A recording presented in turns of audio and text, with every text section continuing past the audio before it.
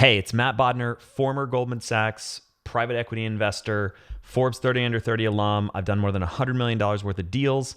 And today I've got Jim McKelvey on the show. He's the co-founder of Square, the multi-billion dollar payment processing and point of sale company. Fascinating conversation on what it takes to build companies. With that, let's jump right in. Jim, welcome to the Science of Success. Thank you, Matt. This is going to be fun. I'm so excited to have you on the show today. You have an incredible career filled with so many interesting stories and a fascinating journey from the world of glassblowing to the Federal Reserve to co-founding Square, which is a massively successful company. Tell me a little bit about your story and your background and how you've woven together so many disparate and different things. So there was no plan. I went into college not knowing anything I was going to be doing. I had a conversation with my father where he recommended that I not be an engineer because he thought engineering was too solitary a practice. He thought I'd be more interested in liberal arts. So he recommended I study economics. And I said, okay, Dad, I'll be an economist. So I studied economics, got halfway through my freshman year and realized that econ was kind of boring. And it was actually more solitary than the engineering classes because the problems that the engineers were working on required teams to get them right, whereas the econ stuff was easy enough that you could do it by yourself. And so, ironically, I found that doing really hard science was a more social activity. So I gravitated towards that and ended up doing all sorts of crazy stuff during college that I had no qualifications to doing. So, my God, I wrote a couple of computer textbooks. I guess you mentioned those when I was a freshman in college.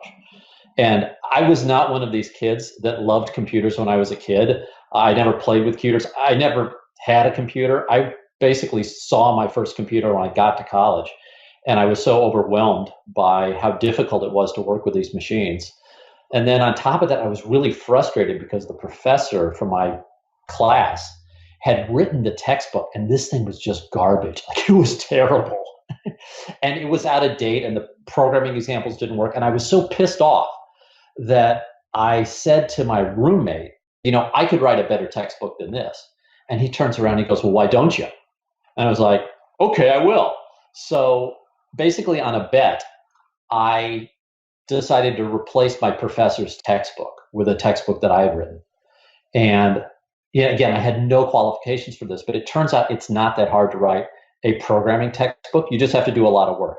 You don't have to come up with a plot. There's no characters. Like if you're willing to just grind it out and figure out what works on the computer and what doesn't, anybody could do this. And so I did it. The book got published, and this was back in the days before self-publishing. So you had to actually interest a real publishing house. And the publishing house took the book, asked for another book. And by the time I was a sophomore, I had more publications than a lot of my professors. So it was this really early lesson that it's possible to do something for which you have no official qualification. And that's sort of been the base note of my career because if you think about all the stuff you listed out, like none of the stuff that I've done have I had an official credential to do. I mean, even these days, I'm on the Federal Reserve. I vote on interest rates. And like, I've got an undergraduate degree in economics. They let me vote on interest rates and I don't have a PhD or a master's degree. Like I couldn't draw the Phillips curve if I had to, but it's amazing to me the things that a person can accomplish even without an official credential. And so that's sort of the thing that ties my career together. And then, glass blowing was something else I did. I've done it for years. I'm actually heading into the studio right after this interview. And I'm going to make some Christmas gifts. So, wow, it's just this crazy, weird hodgepodge of stuff that I do. So interesting. I love this concept of not having the qualifications or doing things without being worried or concerned about whether or not you're qualified to do it. In some ways, it seems like that stifles so many people from even trying or beginning their journey. Oh, absolutely. So one of the reasons I wrote this book, as a matter of fact, the primary reason I wrote this book was to reach out and tell people you will almost always be unqualified if you're doing something interesting. And by interesting, I mean something that has not been done before. Because think about it. Okay, most of the stuff that we do in our lives is a copy of something else. As a matter of fact, that's That's what school is, right? You, most of the time in school, are learning to do what other people have learned to do. And good behavior and good grades come from replicating stuff that has been learned by others. And if you think about what we do in business, most of the time, the smart thing to do is find an expert, find somebody who solved that problem. Hire McKinsey, like get somebody who has done what you need to do and have them teach you how to do it, or steal their ideas, or replication, copy, copy, copy. And this is sort of the base note of our lives. We are copying machines. And I've got a little daughter at home, she's 2, and she is just a sponge. She copies, anything we say, anything we do. Like, you want to make a kid hop in a circle with one hand above your head, like in my house, you just do that. And this little girl will come and just hop for no reason in a circle with one hand raised, because that's what humans and animals and businesses do. We copy stuff. It's the thing that is the smartest decision. Like, we copy because it works. But sometimes, if you are doing something that is new, that has never been done before, if you're trying to solve a problem that nobody else has solved, you don't get to copy. And at that moment, you are going to feel supremely unqualified. You will be like one of those, remember those old movies where, the pilots die and they run into the back of the plane and goes, does anyone know how to land a 737? Like not a 737 MAX, but like a normal 737. Like, that's everybody's fear, is that they're going to be called out of the cabin and put in the cockpit. And the stewardess is going to say, land this sucker, right? But what I've learned is, just through this weird, I wouldn't even call it a career, but whatever I've done, the sort of the different types of work I've done, I've learned that it's possible to be successful if you're not qualified. And the reason I wrote the book is I want to encourage people to get over that fear of being unqualified, because if you are doing anything interesting, by definition, you don't get to copy the solution. And therefore, you are going to feel unqualified. In other words, you're trying to figure out something that nobody's figured out before. The first thing that's going to hit, at least, just speaking for my first, the first thing that hits with me is this little voice in my head that says, Jim, you have no idea what you're doing. You have never done this before. You have no experience. And the first thing I always do is I look for somebody who's done it before and I try to copy what they've done. But sometimes there is nobody. And when we were starting Square, nobody had built a payment system for tiny, tiny merchants and individuals. It just didn't exist. And so Jack and I were out on our own. We had nobody to copy. When we were starting LaunchCode, which is this nonprofit that's actually now around the nation in various cities, but we were trying to solve a problem that nobody had ever been able to solve before. And in my current company, Invisibly, we're tackling this problem that, like, nobody's been able to fix this. And we don't even know if the solution is possible, but we know that we are supremely unqualified to do what we're doing. So interesting. There's a number of really important points that come out of that. One, which I thought was such a fascinating insight from the book, was, I think you call it, the answer to almost every business problem is copying and replication. Yes. The book. Okay, so this is great. So I wrote the book completely, and I didn't know if it was any good or not. I didn't even know if I was going to publish it. But at some point I was like, okay, I got to show some publishers. So I got a book agent, great guy, Jim Levine. He took me around to all these, fancy publishing houses. One publishing house wouldn't even read it because they flipped through the book and there were no checklists. And they're like, we can't publish a book without checklists. And I was like, wait a second, like, did you read it? And they go, no, we didn't have to read it. There were no checklists.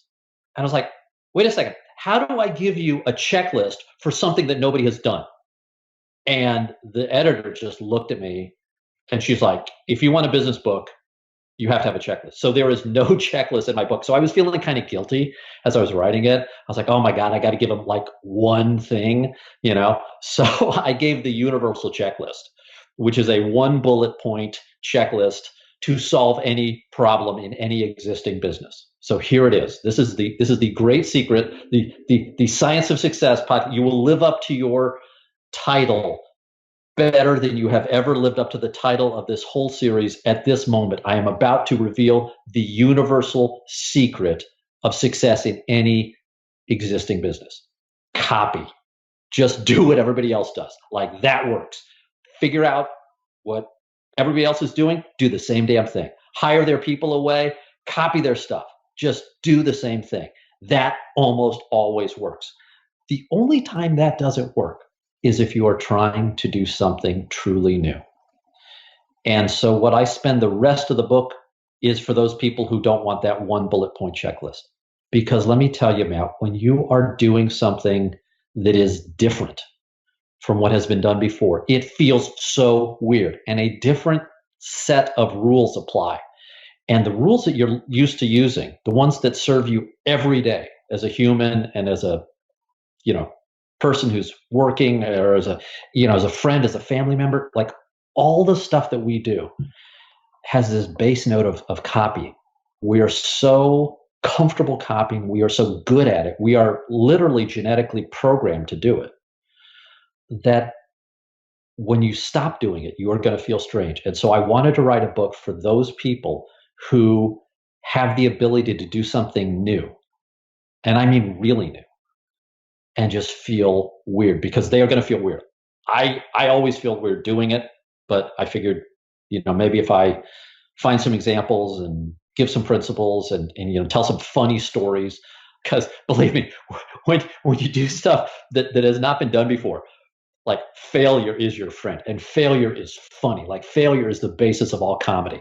Look at any great comedic persona. Like, you know what they talk about? The time it didn't work. Right? When it works, that's boring. But boy, like, sometimes I give speeches, and I always give my audience like this choice.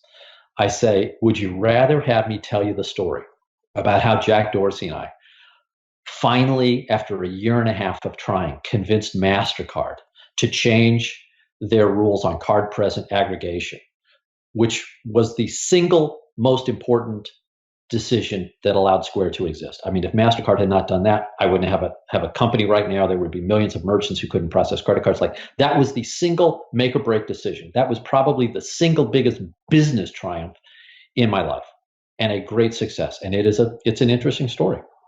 I can tell you that story, or I can tell you the story about the time I failed to notice that one of my blind dates had an Adam's apple. Which story do you want to hear? Right? So failure is this funny companion. And so in the book, talk a lot about failure, talk about how people throughout history have dealt with it, and I try to keep it funny. Yeah, that's a great point about how failure is the foundation of comedy, and the overarching point you're making around not having a map, not having a checklist. And if you're going to truly innovate, if you're going to solve, as you call it, and I want to dig into this more as well, a perfect problem. I hope you're enjoying this interview. If you are, you might enjoy my free newsletter, The Deal Mastery Insider, where we talk about buying businesses, scaling companies, and doing deals. The link to join is in my bio or at mattbodnar.com/newsletter. And when you sign up, you also get my free email course on how to buy a business. I hope you check it out. And with that, let's get back to the show. The quote that really jumped out at me from one of the early parts of the book was this quote that maps are for tourists, not explorers. Yeah. I mean, we tend to confuse words in the English language, and I think we tend to inflate words. And, like, I'm going to explore Lake Tahoe this weekend. No, I'm not. You know what I'm going to do? I'm going to go to Lake Tahoe this weekend. Okay, Tahoe's been explored. Tahoe it's in Google Maps. Like, it's right there. People have been there. There may be some rainforest in some country that I couldn't find on a map that needs exploring. There's certainly parts of the ocean floor that might need exploring, but most of what we do as travelers is be tourists. And I live in the city where probably one of the greatest explorations of all times began. Lewis and Clark started in St. Louis, Missouri, to map the western part of the United States, and they did not have a map when they started. Okay, they had a river and a compass, and a bunch of guys, many of whom were going to die. Okay. And that's what it's like exploring. And so you don't get a map. If you're an explorer, it's a different type of traveling. Okay. And as you go further into the wilderness, you're drawing the map as you go. I thought that was just such a powerful image and analogy. And it really gets to your definition of entrepreneur and entrepreneurship, which is quite distinct and comes back to what you said a moment ago about how words today have had their meanings diluted. Yes. So I needed a word to describe something other than business, a business person, somebody who's a business person. What's a business person? What do you call somebody who doesn't copy in the world of business? And most of the time you call them a failure, right? Most of the time, if you don't copy what works, you end up dead. But there is a small group of people who don't copy and survive. And those people I didn't have a word for. So I started looking at my history. And it turns out that the original use of the word entrepreneur was that meaning. The entrepreneur of 150 years ago, when Joseph Schumpeter, who's an economist that basically gave us that word entrepreneur, he started using that word. And the reason he started using that word was to describe this weird behavior. It was not business as usual, because business as usual is very rigid. It is slight refinement. It is replication, and it's smart. By the way, I'm not knocking people who intelligently copy what's been done before. Right? That is a good formula for getting rich. That is a good formula for success. But what if you don't do that? And what do we call that person? And it turns out that the original definition of entrepreneur was somebody who did crazy things. And so I looked at the word entrepreneur in its current usage and I was like, oh my God, everybody in my world uses business person and entrepreneur interchangeably. So I've got a friend. He started a coffee shop. Okay. And he says, I'm a coffee entrepreneur. And by today's definition, he's absolutely right. He started a coffee chain. And you know how many other people have started coffee shops? Like more than 10. Okay. More than 10 people, more than 100, probably more than 1,000. He's doing something and he is starting a business, but he's starting a business that is known. And he can order his cups and the La Marzocco, coffee steamer machine. I don't know. I'm not a coffee person. But believe me, there's almost a checklist for what he is doing. So I needed to use the word entrepreneur, but I needed to use it in its archaic definition. So throughout the book, I use the word entrepreneur, but I spend, paragraph and a half basically saying, look, when you read this word, I don't want you to think business. I want you to think crazy. Okay. I want you to think somebody that people are pointing to and laughing at and ridiculing and going, what the hell were they thinking? Getting people to ride in strangers' cars. Like I remember when Uber was starting. So Uber and Square, kind of started at the same time, and they're kind of our roommates we're in the same building in California, and we bumped into them a bunch in New York. I mean, they were sort of one of our classmates, right? And people don't remember what it was like in the early days of Uber, because these days everybody takes Uber and they take Lyft, and you're totally comfortable getting in the car with a stranger. When I was a kid, they would tell us at home and in school, never get into a stranger's car. Like that's what they teach you from the time you can walk. Don't get into the car with a stranger. And if you did, you were a hitchhiker, right? And you were a hitchhiker at your peril. And when we first saw Uber and Lyft coming on the scene, and a company called Sidecar, which nobody remembers Sidecar, but like these guys were radical because their idea was, well, you can get in the car with anybody. And we're like, no, you can't. That's hitchhiking. So we thought they were crazy. And that's what I want the word entrepreneur, at least for the purposes of our conversation and the book that I wrote, to be used in that, because I need a way to label that person, because that person who's doing those crazy things has a totally different set of rules that apply. And learning those rules and sharing those rules is what I wanted to do. I thought it was a great perspective, and using the word, subbing in the word crazy instead of the word entrepreneur helps to break apart the rigid and modern definition of it and really open up the perspective of realizing that the kind of innovation you're talking about is really more somebody who's way on the fringe, who's pushing the limits, who's doing something that you by definition don't even know if it's possible to solve this problem. Yeah, yeah. And that's part of the thrill, and it's part of the terror. And, thrill and terror are really close. Thrill is just terror that's been constrained a little bit. It's been contained. Terror is when it breaks out of its container and just trashes your brain. But yes, I use the word crazy partially because we haven't denatured the word crazy. Okay. The word entrepreneur has been so recycled by industry and by, well, frankly, the publishers of the world and the podcasts of the world and the people of the world who are selling products to people who want to be entrepreneurs or want to be business people. And, it's sort of like saying, I don't want to be a tourist. I want to go on an adventure. Well, really, do I? Because I'm traveling with my family this week and I don't want to die or have one of my kids eaten by some creature. I probably don't want an adventure. I want to do something cool and I'd like to think of myself as an adventurer. But you know what? In the end of the day, I'm probably going to sleep someplace that's got a pillow.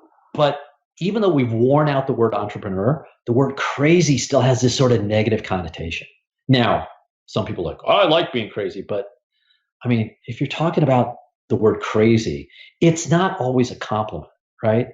And I like this idea that we still have this word that has a little edge to it and a little bit of the being ostracized, that little idea of being kicked out. You're not part of this club. You're not behaving like the rest of us. So you know what? You're not welcome here. You're crazy.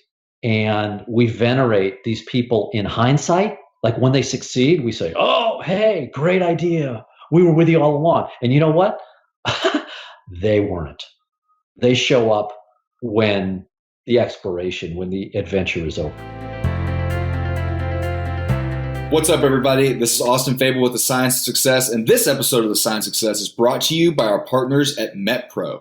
What is MetPro, you ask? It's a world-renowned concierge nutrition, fitness, and lifestyle coaching company. Right now, Science of Success listeners can receive a complimentary metabolic profiling assessment and a 30-minute consultation with a MetPro expert. To claim this offer today, just head to metpro.co. That's metpro.co/success. You'll get the complimentary metabolic profiling assessment and a 30-minute consultation with an expert who's there to help you achieve your fitness goals.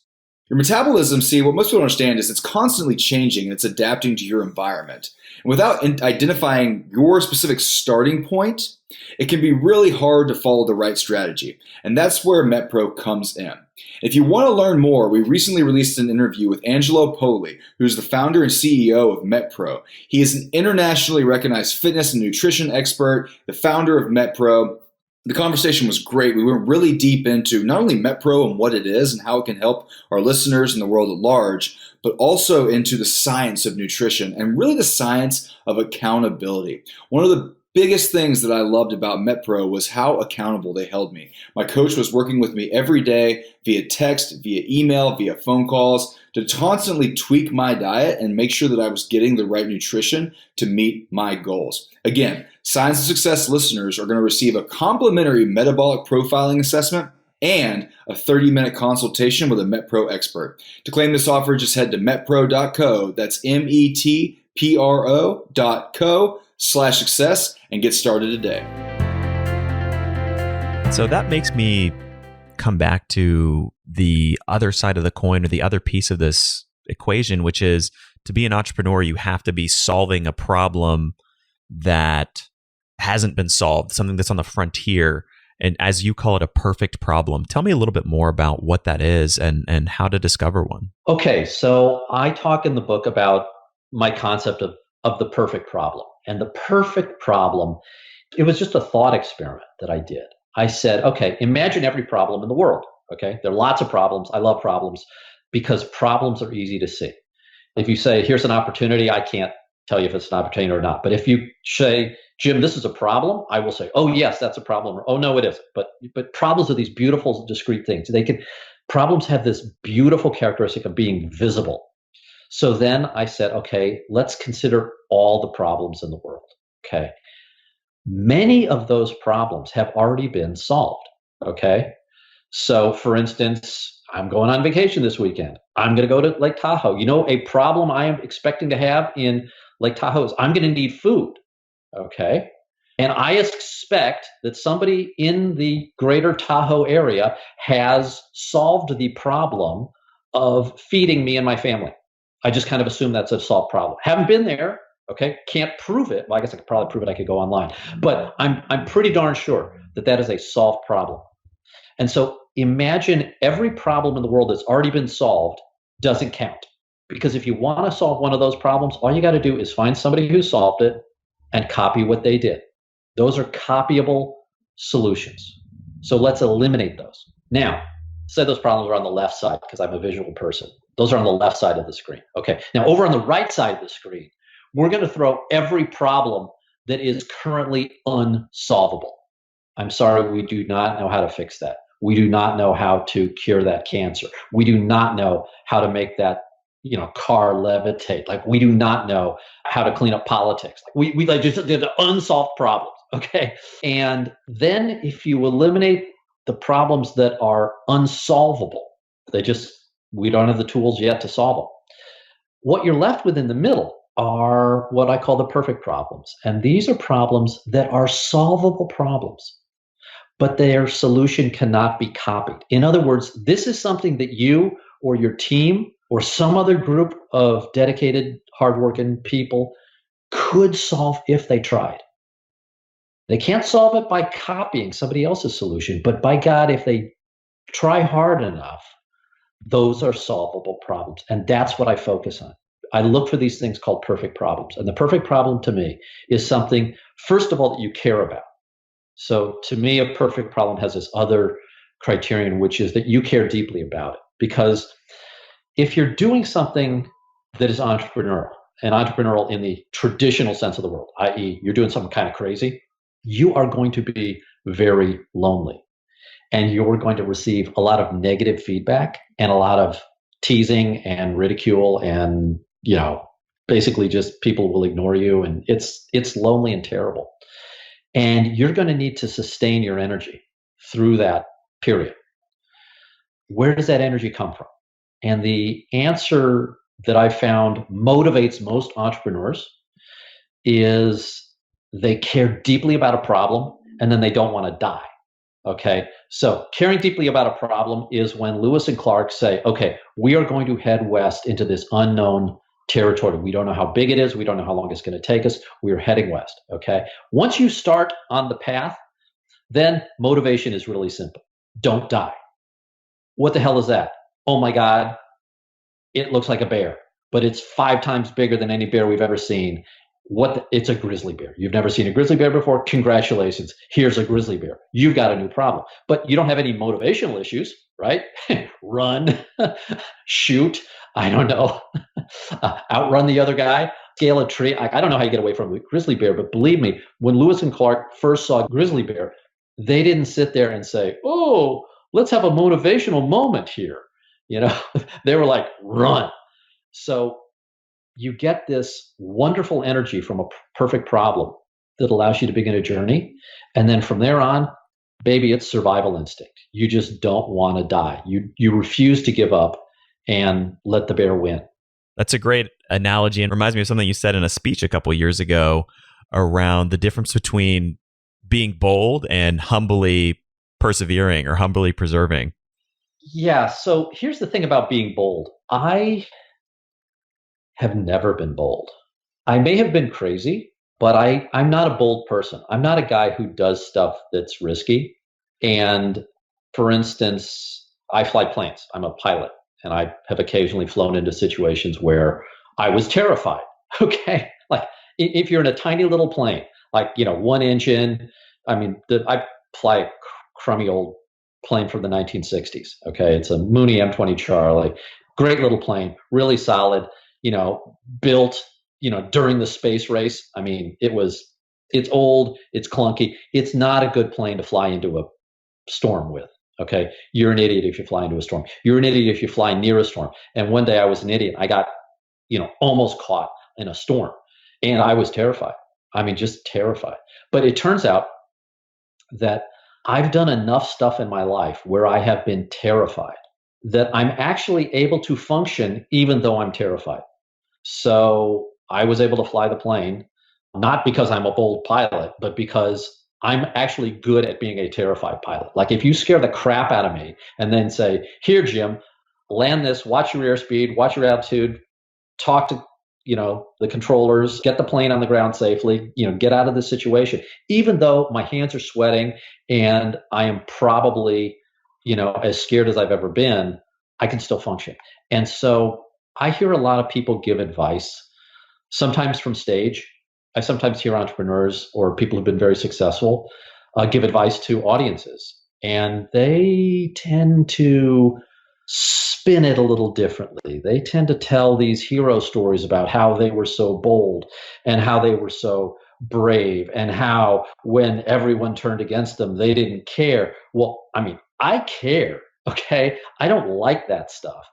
But what I've been able to do and recommend as a solution for those of us who are not bold is don't worry about being fearless.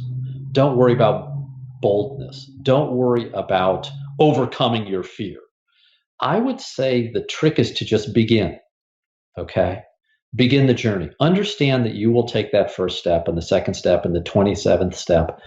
And at some point you will be on the path. And once you're on the path, then the only question is, will you keep going? When do you quit? At what point do you run out of energy or resources? When do you give up? But if you don't quit, even though you're scared, you don't need to be bold. Like boldness doesn't enter into it. You can be terrified as long as you can function in a state of terror. That's fine. So I tell this story often when I'm asked to, give a speech about a time I was terrified and had to keep going.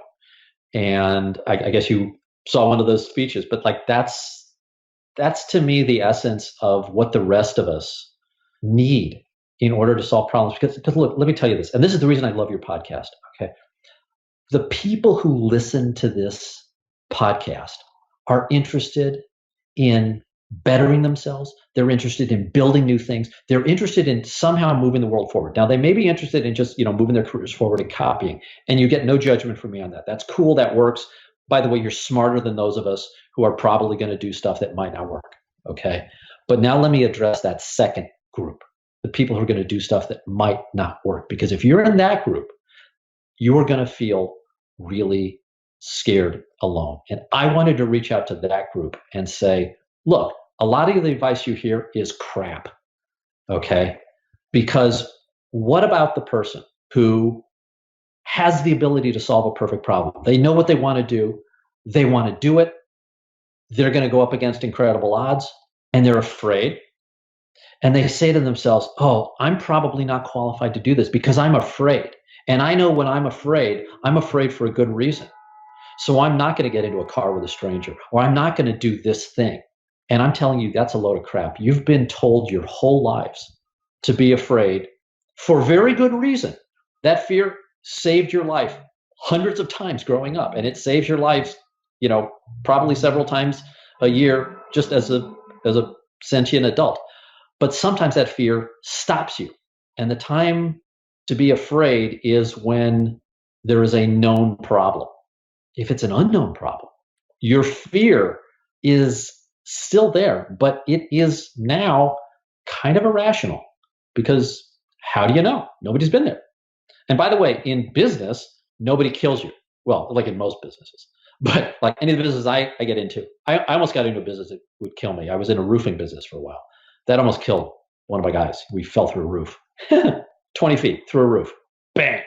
And I got out of that business because I don't want to do business that actually could literally kill me. And Square could have failed, but Jack and I would have still, we'd still be alive now. A lot of the stuff that I do, failure means, well, the company loses a bunch of money and you've wasted a bunch of time. Usually doesn't mean actual death.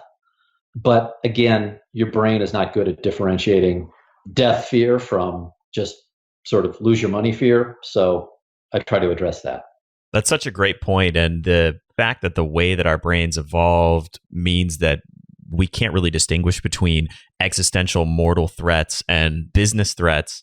It's such a great piece of advice to really start to get comfortable with discomfort and get comfortable being afraid when you're facing a tough business challenge, because not only are the stakes not as low as your brain often makes them feel like they are, but the reality is, and this to me is one of the most important things that you've said in this whole conversation, is this idea that there's a huge difference between boldness, or even what boldness looks like from the outside, and with being comfortable with being uncomfortable. Yeah. And I mean, and look, remember, a lot of people who preach how bold they are, like, I know some of these people, okay? I knew them before they were bold, okay? Or at least I don't remember them being that way. There is a little bit of inflation. Once you're successful and they hand you the microphone, it's easy to be bold. But yeah, being comfortable with discomfort, that sounds like such a contradiction. But, I think of Harry Houdini, right? One of the greatest escape artists in the history of the world, one of the, greatest magicians, fantastic guy, right? Used to, lock himself up, have other people lock him up. And then he had all these ways of picking locks, and he was really good at getting out of locks. And he would sometimes have them chain him up and chain him in a box and then throw the box in a river, right? And a river is like 60-degree water sometimes. So he would have to, deal with not only picking a lock underwater in the dark, holding his breath, but he would have to do so in the cold, right? So Houdini, as just a regular practice, every day took a cold shower. And like, if you've ever taken a cold shower, like the first 10 times you do it, it sucks. And if you do it every day, at some point you get used to it. You just go, oh, well, now I'm going to take a shower. And the fact that the water is 50 degrees doesn't freak you out anymore. Most of us never get to that point because most of us live in civilized dwellings. But Houdini used his cold shower to become comfortable with a discomfort that he knew he was going to face. So being thrown in the river, all of a sudden he doesn't have to deal with the fact that his body's cold, because he's like, oh yeah, it's just like in my morning. It's every day. It's actually familiar to him. So one of the things that I recommend, and Matt, at the beginning, I guess you asked me for some, suggestions for your audience. And I think, okay, I really can't give you any specific advice on entrepreneurship, because by my definition, entrepreneurship is something that hasn't been done before. So I have nothing to offer you, like zero. I'm sorry, like nothing. But what I can tell you, and this has been really effective for me personally, is occasionally do something that makes you really uncomfortable, right? Go talk to a stranger, or give a public speech, or dress in a way that nobody else is dressing, or go someplace that you don't like, or eat some weird food, or like, travel, or hang out with your enemy. Okay. Like, I wish Washington would do this a little bit more, like, why don't they have Republican and Democrat, mixers anymore? I mean, just open up a bottle of gin and see if we could solve some problems, But I really believe that a person can get used to the feeling of discomfort, and then the feeling of being able to still function when in that state. And believe me, if you're going to be an entrepreneur, you will be uncomfortable. Your physiology, your brain, the way you are evolved is going to tell you something's wrong. And you need to have enough familiarity with that feeling to go, oh, well, that's just me being terrified. Oh, that's just me feeling really uncomfortable. Or, oh, that's just my need for, positive reinforcement, So you can get over that stuff. Now, I'm not saying being a total jerk, okay? I'm not saying going around and just making, a public nuisance of yourself. But, up to a point, yeah, sure. Do something that you're not going to just get heaps of praise for. Because believe me, if you're one of these people, and I'm one, okay? Like, if you're one of these people that craves praise, that lives for the, oh, that's a great job, we love it, you're going to feel so weird when you actually start doing something that is new, because you're not going to get any praise. It just doesn't come. Nobody knows how to praise something that hasn't been done before. We lack the vocabulary. I want to come back to the broader question or problem around innovation. The name of the book is The Innovation Stack. Tell me a little bit about what is an innovation stack, and how do you think about, as somebody who's innovated and built incredible companies and organizations across a huge array of verticals and areas. How do you think about what innovation is and what is an innovation stack? So to me, the idea of the innovation stack is a series of independent and interdependent solutions to new problems. And what I realized when I started doing my research was that this cascade of solutions was in itself this massively powerful business tool. And I discovered it by accident. So what happened in our case was Square got attacked by Amazon. And Amazon is the scariest company on the planet as far as I'm concerned. Like if you want to name a company that's going to attack you, it better not be Amazon. Like Amazon is the deadliest. And I know Google's terrifying and Facebook can scare you if you're a tech, but like nobody's worse than Amazon. Like at least for us. And Amazon did to us what they did to many other companies, and that is they copied our product, undercut our price by 30%. They offered a bunch of features that we didn't have. And then they said, okay, we're now going to take over your market. And by the way, this works for Amazon in so many areas. Okay, they are the kings of taking over other people's markets through that formula that I just gave you. Oh, there's a second checklist. Okay, so if you happen to be Amazon, you now have, well, they already knew that, but maybe somebody from Baidu's listening. They can do the same thing. Undercut the competitor by 30%, copy their product, and watch them die. Okay? Beautiful. There's another checklist for you. So they did this to us, and we didn't die. As a matter of fact, we survived, and eventually Amazon retreated. And when I saw this happen, I was like, why? Like, how did we win? What happened? And that's actually the research that started this book, because I couldn't figure out why we won. Like, I knew what we'd done, but I didn't know why it worked. And so I started looking for other examples and looking. It took me 3 years to find a pattern. And then once I saw the pattern, I was like, oh my God, the pattern is everywhere. It's so pervasive that it in fact exists at the beginning of almost any significant industry. And what that is a stack of innovations, a series of interrelated discoveries and new applications for old discoveries. So, for instance, the easy one is the Wright brothers and the airplane, right? You think about the Wright brothers and you think about their airfoil designs, okay, and the fact that they had a wind tunnel and could test their designs. And, a lot of history of the Wright brothers talks about how important that was. But if you think about the airplane itself, there were so many things that they had to figure out how to do. They had to figure out how to make lightweight structures. Well, they could copy some of that for gliders, but gliders behave differently because gliders didn't have to have engines. So they had to have an engine, but the engine had to be light enough to turn a propeller. But what's a propeller? Because nobody had built a propeller before. So they had to develop a propeller. And then once they got in the air, well, they had to figure out how to steer. And nobody knew how to steer because nobody had been in the air before. So they had to figure out how to, maneuver. And then, well, they had to figure out how to land because eventually the plane had to come land. And, well, nobody figured out how to land because nobody had figured out how to fly. And you don't learn how to land until you first figured out how to fly. So they had to fix all this stuff at the same time.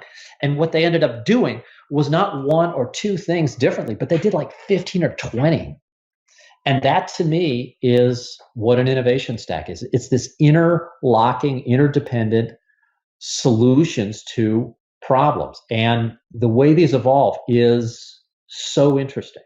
And I look in the book at innovation stacks throughout history and, starting 100 years ago and then kind of working up to present day, how these things tend to evolve in different parts of the world at different points in history, in different industries, but they all follow these patterns.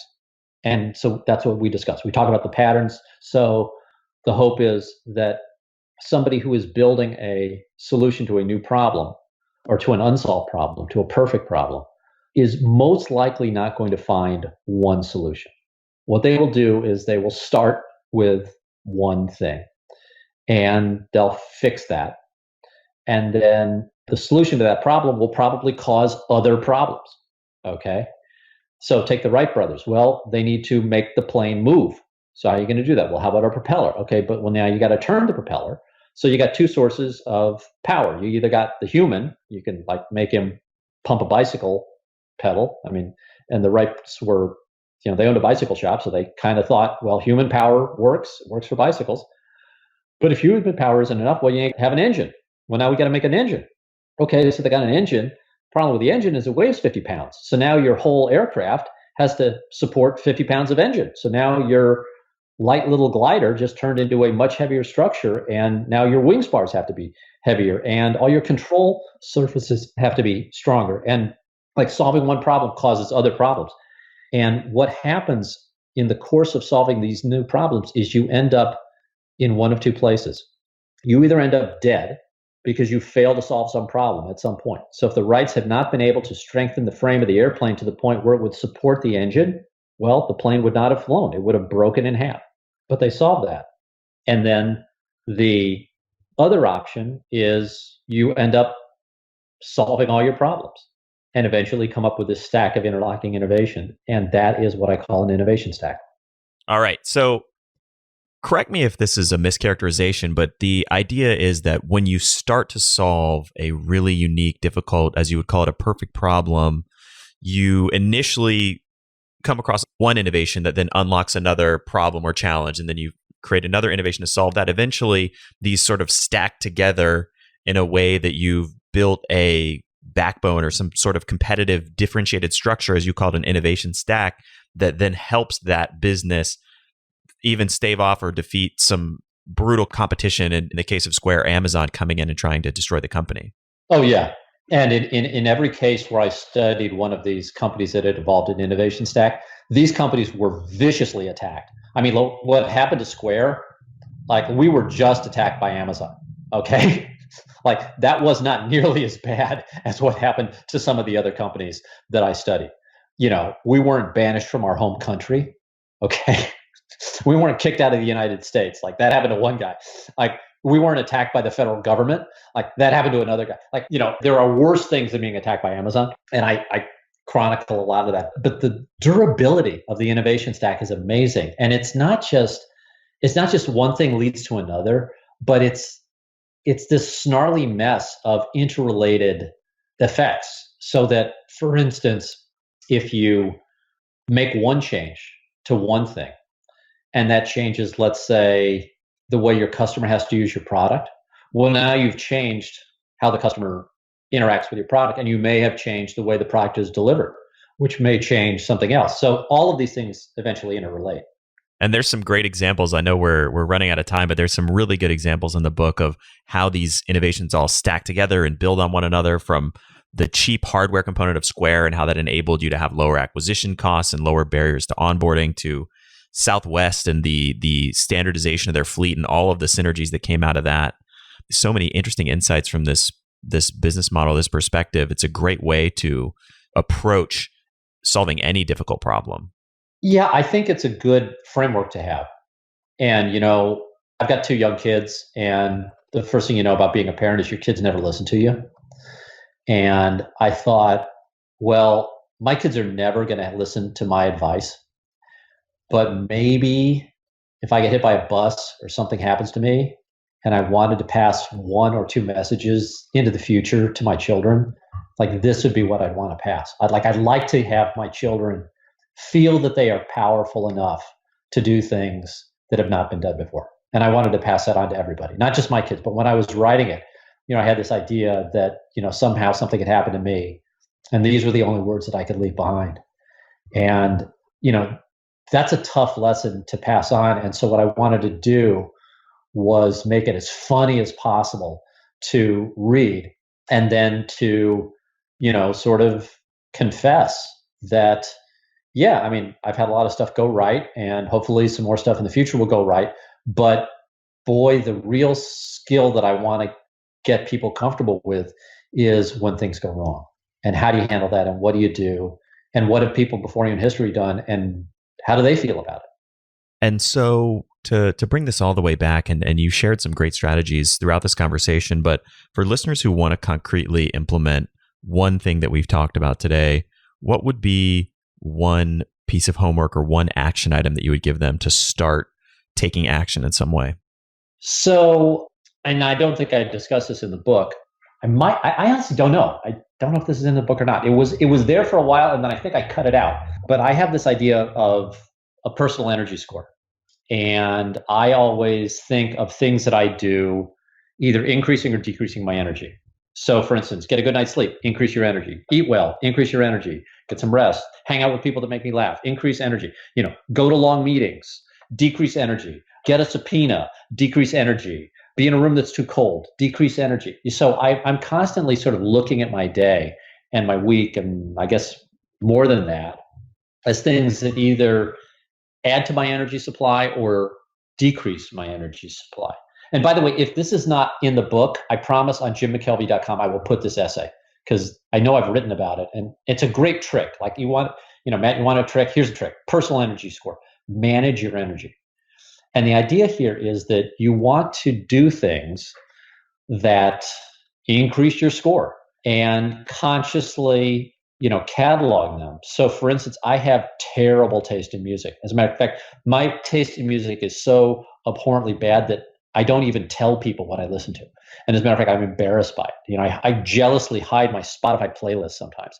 But the songs I listen to kind of psych me up. And so I will often listen to that if I'm going into anything. And the idea is I just get a little more energy from it. I get a little boost. And the real question of when does an entrepreneur fail, to me, is when does the entrepreneur quit? It's the same question. Because I don't think of failure as this thing of, oh, the product doesn't work. Dude, the product is never going to work. Okay. It's never like if you're an engineer, and I was trained as an engineer, you never get to work on a product that functions, right? If it functions, you hand it over to the marketing department. You're done as an engineer. Okay. So my life, my career, I never get to work on stuff that functions because if it functioned, I wouldn't be working on it. So what do you do in the case of a day when you have to constantly confront failure? And the answer is you have to have enough energy to keep going. And that energy comes from somewhere. And the interesting trick is that sometimes the cereal that I eat for breakfast or the TV show that I watched the night before or, a conversation that I had with my wife a week ago, is the thing that makes or breaks my performance on the job, right? So, if I have this, family problem and I'm worried about one of the kids or I'm stressed out about the fact that, my car doesn't start or something like there's a cost to that. And I don't think of it as affecting my work performance, but it really does because I come to the office with a little bit less energy and a little less resilience. And then some giant problem shows up and I'm depleted. I can't solve it. And that problem just knocks me on my ass. And so I like this idea of a personal energy score because it forces me to actively think about the things that I do that allow me to do the things that I do. And Jim, where can listeners find the book, find you and your work online? So I put up a website, jimmckkelvey.com, and I apologize to everybody. I'm not on social media. So actually, one of the ways I manage my personal energy, getting back to personal energy, is I don't use social media. I don't use Facebook. I don't use Twitter. I don't use Instagram. I have a LinkedIn account. I don't use it ever. I mean, it's there, and like maybe once or twice a year I'll check it. I may have to start doing it now that I've written the book. So that may change by the time we broadcast this. But generally, you're not going to find me on social media. Why? Because I find it drains my energy. I find it stresses me out. I find it's one of those things that at the end of the day has taken energy from me as opposed to given energy to me. So if you want to find me, jimmckkelvey.com. And then the book is published by Penguin, and I'm sure will be for sale on Amazon. Like this is the great irony of starting a book where, your lead story is being attacked by Amazon. Because, I was writing this, I was like, oh man, these guys are going to have to sell my book. But I didn't hold back. I figured they're big enough. They're not going to care what one guy says. And actually, Amazon was really cool about the way they handled One Square One, because after Square beat them, they mailed everybody a little Square reader. So great end to that story. Yeah, and that's just one of many really fascinating and great stories throughout the book. By the way, big respect for not being on social media. I think that's such a great decision and one that people are continuing to migrate towards in many ways as we see how dangerous it can be for us. But either way, Jim, I just wanted to say thank you so much for coming on the show and for sharing all this wisdom. Oh, Matt, man, I love what you do. And, your listeners may not know that you and I actually met under totally different circumstances in a different organization that I'm also part of, FinTop Capital. So our paths have crossed, and I've got tremendous respect for you and what you do, and also for your listeners, because the people who listen to these things are trying to better themselves, they're trying to do new things, and they're trying to come up with ideas, and that's admirable. So go. That's fantastic. Thank you so much for listening to that episode. I really hope you enjoyed it, and I hope you got a lot of actionable takeaways that you can go out and apply and get some results from that conversation. If you enjoyed it, check out my newsletter, The Deal Mastery Insider. The link to join is in the description below, where we talk about buying businesses, scaling companies, doing deals, and so much more. If you enjoyed this episode, I know you're going to love all the stuff we talk about in the Deal Mastery Insider, and it's free to join. And if you join now, you get my free course on how to buy a business as well. So check it out. I think you'll really like it. And thank you again for listening to this episode.